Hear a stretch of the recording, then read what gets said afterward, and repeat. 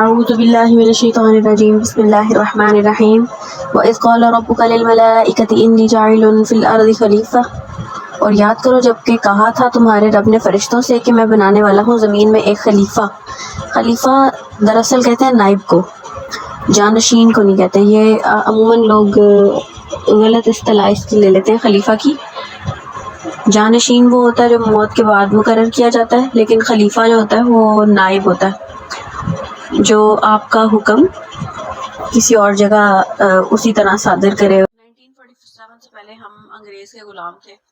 ہمارا جو بادشاہ ہے یا ملکہ تھی وہ انگلستان میں تھی، انگلینڈ میں تھی، اور دہلی میں وائسرائے موجود تھا۔ وائسرائے کا کام یہ تھا کہ ہز میجسٹی یا ہر میجسٹی کی حکومت کا جو بھی حکم ملے اسے اسی طرح بغیر تبدیلی کے نافذ کر دے۔ البتہ وائسرائے کو اختیار تھا کہ اگر کسی معاملے میں انگلستان سے حکم نہ آئے تو وہ یہاں کے حالات کے مطابق اپنی رائے قائم کر سکتا ہے۔ وہ غور و فکر کرے کہ یہاں کی مصلحتیں کیا ہیں، جو چیز بھی سلطنت کی مصلحت میں ہو اس کے مطابق فیصلہ کر لے۔ اور یہی جو سسٹم ہے وہ کائنات کے اصل حاکم اور زمین پر اس کے خلیفہ کے مابین ہے۔ جو اللہ تعالیٰ اور بندہ ہے اس کے مابین بھی یہی سسٹم ہے۔ اصل مالک جو ہے وہ اللہ تعالیٰ ہے، لیکن اس نے اپنے آپ کو غیب کے پردے میں چھپا لیا۔ زمین پر انسان کا خلیفہ، زمین پر انسان اس کا خلیفہ ہے۔ اب انسان کا کام یہ ہے کہ جو ہدایت اللہ کی طرف سے آ رہی ہے اس سے تو بغیر اس میں کسی تبدیلی کے، بغیر اس میں کسی مسئلے کے، اس پہ اسی طرح عمل کرے جیسے اللہ تعالیٰ نے ہدایت نازل کی ہے، مینز قرآن پاک۔ اور اگر کسی معاملے میں کوئی ہدایت نہیں موجود ہے تو غور و فکر کرے اور حکمت سے کام لیتے ہوئے جو بہتر اور دین کے مطابق جو فیصلہ ہو وہ کر لے۔ یہ حیثیت تمام انسانوں کو دی ہوئی ہے۔ ہر انسان اللہ تعالیٰ کا خلیفہ ہے، لیکن جو اللہ کا باغی ہو جائے، جو اللہ سے منہ موڑ لے، جو خود حاکمیت کا مدعی ہو جائے تو وہ اس خلافت کے حق سے محروم ہو جاتا ہے۔ اگر کسی بادشاہ کا ولی عہد اپنے باپ کی زندگی میں ہی بغاوت کر لے تو اسے اور حکومت حاصل کرنا چاہے تو پھر وہ واجب القتل ہوتا ہے، یا اسے قتل کر دیا جاتا ہے یا سزا دی جاتی ہے۔ اسی طرح جو بھی لوگ اس دنیا میں اللہ تعالیٰ کی حاکمیت کے منکر ہو جاتے ہیں پھر وہ واجب القتل ہے، لیکن دنیا میں انہیں مہلت دے دی گئی ہے، اس لیے کہ یہ دنیا دارالامتحان ہے۔ اللہ تعالیٰ نے یہاں سب کو ایک امتحان کے لیے بھیجا ہے، فوراً نہیں اللہ تعالیٰ ختم کرتا۔ قرآن پاک میں سورہ شورى میں اللہ تعالیٰ فرماتا ہے وَلَوْلَا كَلِمَةٌ سَبَقَتْ مِن رَّبِّكَ إِلَىٰ أَجَلٍ مُّسَمًّى لَّقُضِيَ بَيْنَهُمْ، اور اگر ایک بات پہلے سے طے نہ ہو چکی ہوتی ایک وقت معین تک تمہارے رب کی طرف سے تو ان کے درمیان فیصلہ چکا دیا جاتا۔ چونکہ اللہ تعالیٰ نے انہیں ایک وقت معین تک کے لیے مہلت دی ہے لہٰذا انہیں فوری طور پہ ختم نہیں کیا جاتا، لیکن کم از کم اتنی سزا ضرور ملتی ہے کہ اب وہ خلافت کے حق سے محروم کر دیے جاتے ہیں۔ گویا کہ اب دنیا میں خلافت صرف خلافت المسلمین ہوگی، یعنی کہ مسلمانوں کے پاس خلافت ہے۔ اب صرف وہ شخص جو اللہ کو اپنا حاکم مطلق مانے، وہی خلافت کا اہل ہے۔ تو یہ چند باتیں خلافت کی اصل حقیقت کے ضمن میں یہیں پر سمجھ لیجئے۔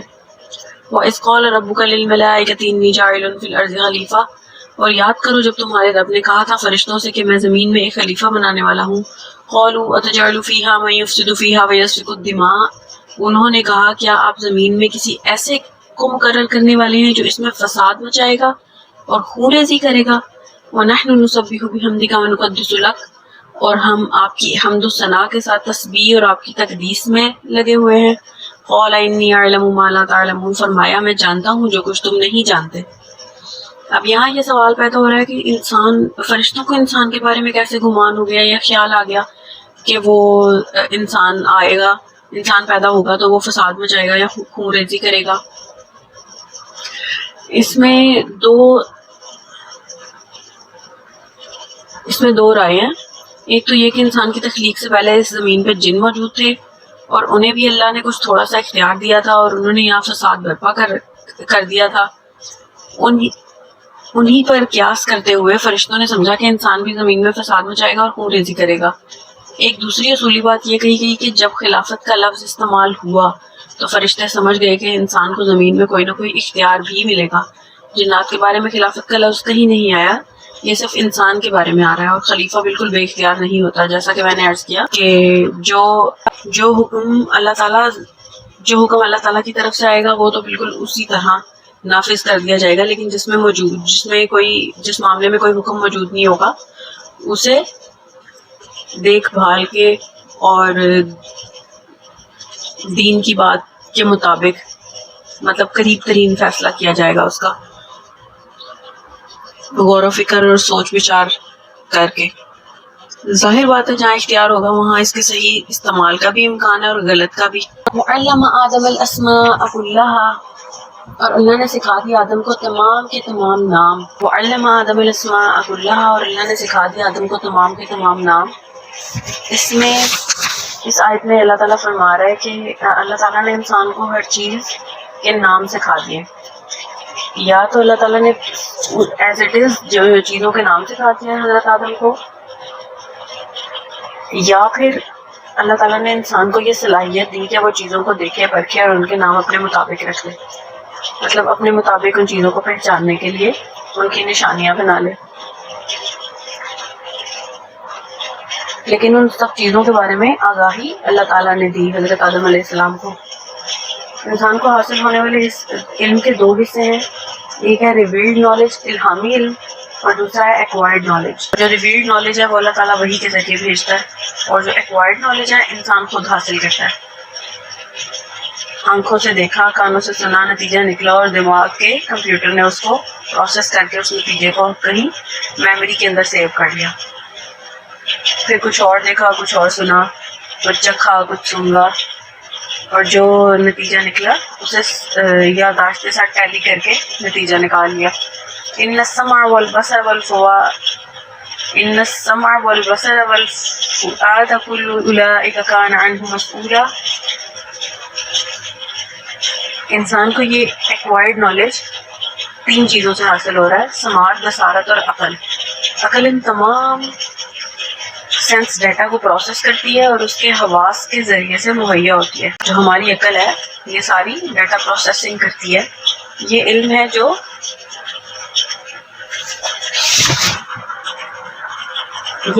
بالقوہ حضرت آدم علیہ السلام کو دے دیا گیا۔ اب اس کی ایکسفولیشن ہو رہی ہے اور درجہ بدرجہ وہ علم پھیل رہا ہے، بڑھ رہا ہے، بڑھتے بڑھتے یہ یہاں تک پہنچے گا، ہم کچھ نہیں کہہ سکتے۔ بڑھتے بڑھتے یہ کہاں تک پہنچ جائے گا یہ ہم نہیں کچھ کہہ سکتے۔ انسان کہاں سے کہاں پہنچ گیا ہے۔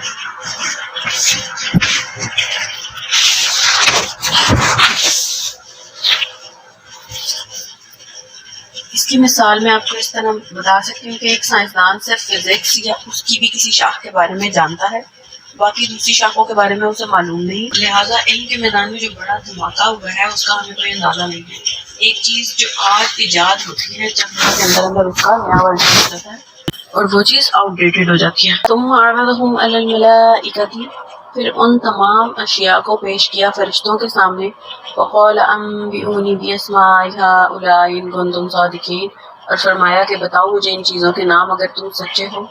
اگر تمہارا یہ خیال صحیح ہے کہ کسی خلیفہ کے تقرر سے زمین کا انتظام بگڑ جائے گا تو پھر مجھے بتاؤ ان کے نام۔ تو فرشتوں کو تو ان کے نام نہیں آتے تھے کیونکہ اللہ تعالیٰ نے تو انہیں جتنا سکھایا انہیں وہی آتا ہے۔ انسان کو اللہ تعالیٰ نے جتنا سکھایا اسے اتنا آتا ہے۔ قالوا سبحانک، انہوں نے کہا نقص پاک تو آپ ہی کی ذات ہے، اللہ تعالیٰ کی ذات ہر نقص سے، ہر عیب سے پاک ذات ہے۔ لا علم لنا الا ما علمتنا، ہمیں کوئی علم حاصل نہیں سوائے اس کے جو آپ نے ہمیں سکھایا ہے۔ اس آیت میں ملائکہ جو ہیں وہ بتا رہے ہیں اللہ تعالیٰ کو کہ ہمیں تو بس وہی علم حاصل ہے جو تم نے سکھایا ہے، اس کے علاوہ ہمیں کوئی علم حاصل نہیں ہے۔ چنانچہ ہر ایک کو صرف اس کے شعبے کے مطابق علم دیا گیا ہے، ان کا علم جامع نہیں ہے اور ان کے پاس تمام چیزوں کا مجموعی علم حاصل کرنے کی استعداد نہیں ہے، وہ کر بھی نہیں سکتے پورا علم حاصل۔ جس طرح اللہ تعالیٰ نے انسان کو ہر چیز کے بارے میں بتایا، اللہ تعالیٰ نے انسان کو عقل دی ہے، شعور دیا ہے، فہم دیا ہے۔ مثلاً کوئی فرشتہ اگر بارش کے کام پر مامور ہے تو اس کا کام صرف یہ ہے کہ اس نے بارش ہی برسانی ہے۔ جس طرح حضرت میکائیل علیہ السلام ہے، حضرت جبرائیل امین تھے، ان کا کام وہی پہنچانا تھا تو وہ اسی کام پہ مامور تھے۔ یہ چار فرشتے ان کا تو سب کو پتا ہوگا تقریباً۔ جس طرح اب حضرت اسرائیل ہے، انہوں نے اگر روح قبض کرنی ہے تو ان کا یہی کام ہے کہ انہوں نے بس ہر بندے کی روح قبض کرنی ہے، موت دینی ہے۔ اگر کوئی پہاڑوں کے کام پر مامور ہے تو اس نے وہی کام کرنا ہے۔ جس طرح طائف میں حضرت محمد صلی اللہ علیہ وسلم پہ جب پتھراؤ کیا گیا تو فرشتہ حاضر ہوا، ملک الجبال، اس نے نبی پاک صلی اللہ علیہ وسلم سے فرمایا کہ اگر آپ کہیں تو میں ان دو پہاڑوں کو آپس میں ٹکرا دوں، تو نبی پاک صلی اللہ علیہ وسلم نے فرمایا نہیں، کیا جب کہ اللہ تعالیٰ ان کے آئندہ نسلوں کو ہدایت دے دے تو فرشتے اللہ تعالیٰ کی طرف سے مختلف خدمات پر مامور ہیں، اور ان کو جو علم دیا گیا ہے صرف ان کے اپنے فرائض منصبی اور ان کے اپنے اپنے شعبے سے متعلق دیا گیا ہے، کیونکہ حضرت آدم علیہ السلام کو علم کی جامعیت کمپلیٹنس دے دی گئی تھی، جو بڑھتے بڑھتے اب ایک بہت تناور درخت بن چکا ہے۔ انک انت العلیم الحکیم، یقیناً آپ ہی ہیں جو سب کچھ جاننے والے، کامل حکمت والے ہیں۔ آپ ہی کی ذات ہے جو کل کے کل علم کی مالک ہے اور جس کی حکمت بھی کامل ہے، باقی تو مخلوق میں سے ہر ایک کا علم ناقص۔ صدق اللہ العظیم۔